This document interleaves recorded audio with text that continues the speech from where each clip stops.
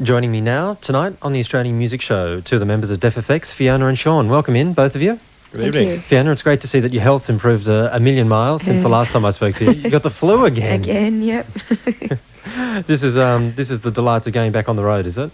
Just my body getting used to the horrible pressures of it all. You had about 2 weeks off and you got back to normal living, and then all of a sudden back into rock and roll. It was like back into rock and roll, yeah. Yeah, can't cope. Okay, let's go back, say, a month and talk about America. And the second time that you went over there, you got back in December. How was the trip? Good, better than the first one, I think. Harder because it was, a lot more shows and just a lot more pressure again, because we had this record company that were really interested and we were doing the goods for them. Plus we were doing 2 weeks touring with Neds in literally like a different city every night, like in front of capacity crowds and stuff. So it was like hard work, but heaps more exhilarating and fun. Have Neds got much of a profile in the States? Huge, yeah. On a college music level, they're huge. Are they? So yeah. You were playing towards good crowds? Yeah, good-sized yeah. crowds? That was the first 2 weeks of the tour. Then we did 2 weeks of shows ourselves up and down the West Coast. Just going right up back into Canada even. It was like right up the west and back down again. Went back to a couple of places where we'd supported Neds and got a few of the same people along. So that was What do you think they're making of Def FX at this stage? Do you think they've got a grasp of what you're doing and where you're coming from?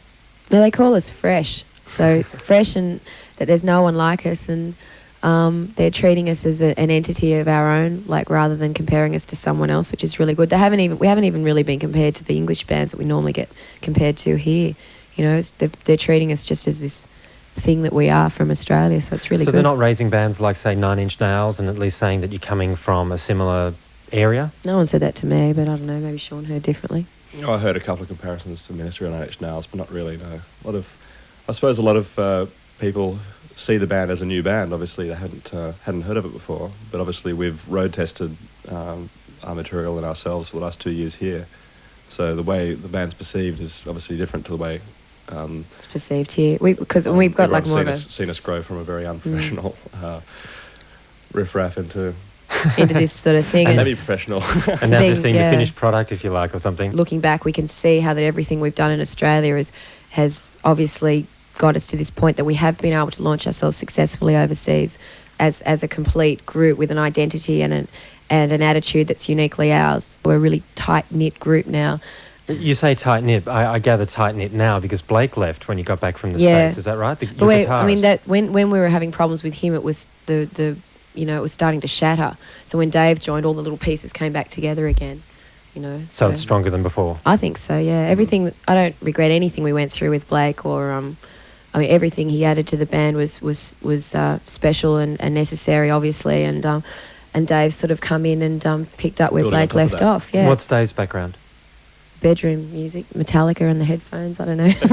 No, Dave was a mutual friend of ours who I'd met and sort of jammed with a couple of times over the last year, and when the need for a new guitarist came up. Well, it was Sean and him. We hadn't heard of him. Sean just sort of had this idea. I sort of suggested Dave, and we had a couple of jams, and it went from there, and it worked out. I mean, it didn't work out perfectly straight away. There was like one day it was great, the next day it was disgusting, and we're like, but it gradually came together. Now we're starting to write some new songs, and it's really cool. working. Yeah, it's a lot of fun. We're going to hear a couple of pieces of music from Def FX tonight. You've got a single coming out in a few weeks, which is a song we've been playing a fair bit from the Lightspeed Collision CD, No Time for Nowhere. We're going to hear that in a moment. That's a bit of a tougher mix that you've done for the American album. And also for the single here. For the single here, which is coming out in a few weeks. Yeah. But first of all, let's hear a new remix of Surfers of the Mind. This is for the American. It's all getting very confusing. Like you got so many releases coming out in different parts of the world. But this is the mix that's also going to be on the CD single for No Time for Nowhere, but it's also going to be on the American album. That's right. Yeah, but not on the album here. But not on the album here, no. Only on the single here. Only on the single here. All right. This one, God, I'm glad we got that out of the way.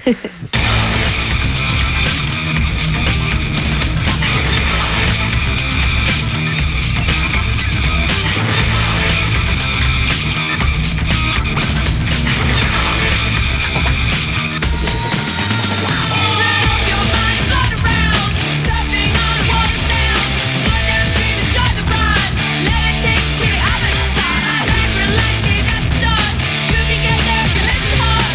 Close your eyes, you can hear the surf.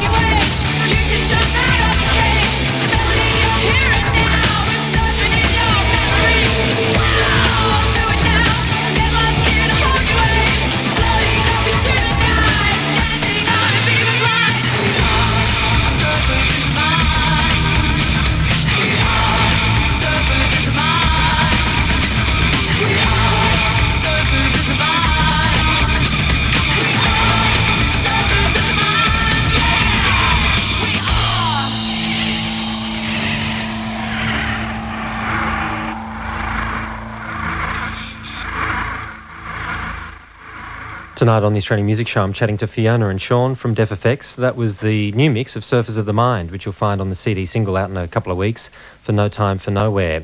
We were talking a little bit, trying to see how the Americans were seeing Def FX after a couple of tours there. And Sean, you mentioned Ministry, that was a name that was popping up in people's minds. But Def FX, you got too much melody, or there's too much melody, or compared to Ministry. Because a lot of the sounds that you're using, that other bands are using as well, are fairly abrasive, like Ministry and Nine Inch Nails, and there's not a hell of a lot of melody, whereas with Def FX there is. So I guess in some ways the Americans would... do you think that they'll latch onto you on a wider scale more than they would to, say, a Ministry?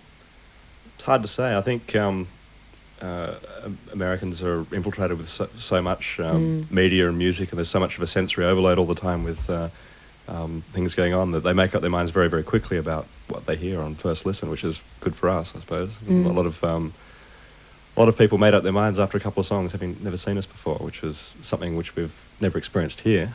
Which do you think that's a sign of closed-mindedness, or just a certainty of knowing what they like and what they don't like? Just short attention span. I don't know what it... You always say that. I just think when you've got that much, you have to make a decision quick, or you'll just get swamped. You know, I mean, there's just so much over there to choose from and pick from that it's like it just makes life a little bit easier to just say yes, I like it, or no, I don't, and leave it at that sort of thing. But the fortunate thing with us is that we have a lot of different sort of moods and a lot of different sort of ambience type elements in our music. So I mean, you could almost say you could like one song and not like another, sort of thing, in a way, because like they can be so different.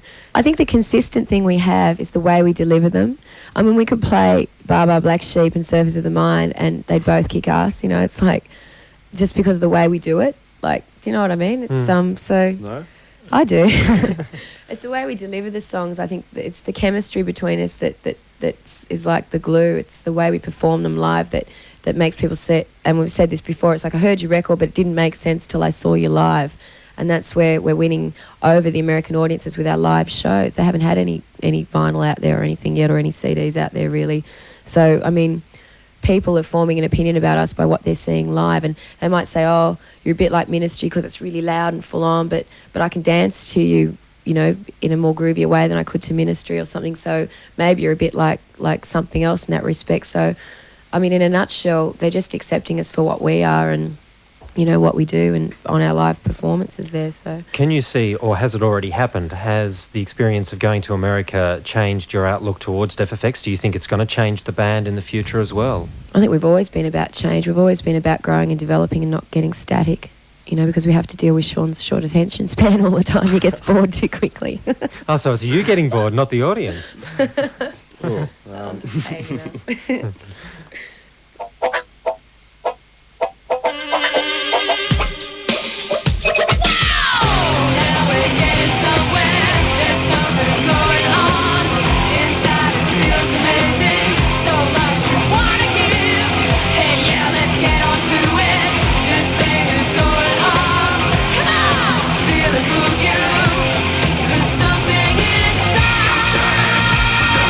Time for inspiration.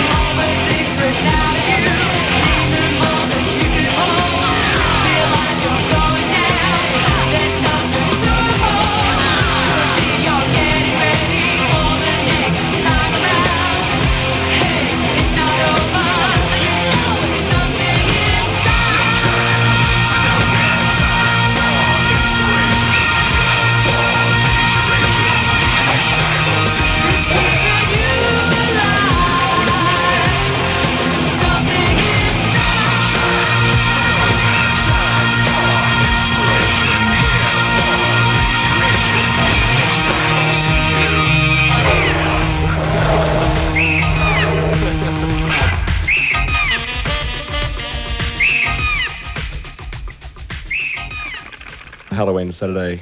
Yeah, in New York, experience. that was, oh man, that was You so played full in on. New York on Halloween? Yeah. Saturday night. It was Oh, wow. It took an hour and a half to drive one block. There were just people and things. You couldn't even going. drive, and Sean and I were like trying to, because we'd driven in from, I think it was Boston in the morning, and it was like a long drive, and none of us had really had showers or anything like that, and we were all like feeling really scurvy and everything. And we got to New York, and they closed off the whole island for this parade, the Halloween parade. You couldn't get out. You try and tell you offer a cab driver like $100 to take you to through the Lincoln Tunnel just to New Jersey, where our hotel was, because we obviously couldn't afford to stay on the island of Manhattan. We had to stay just outside.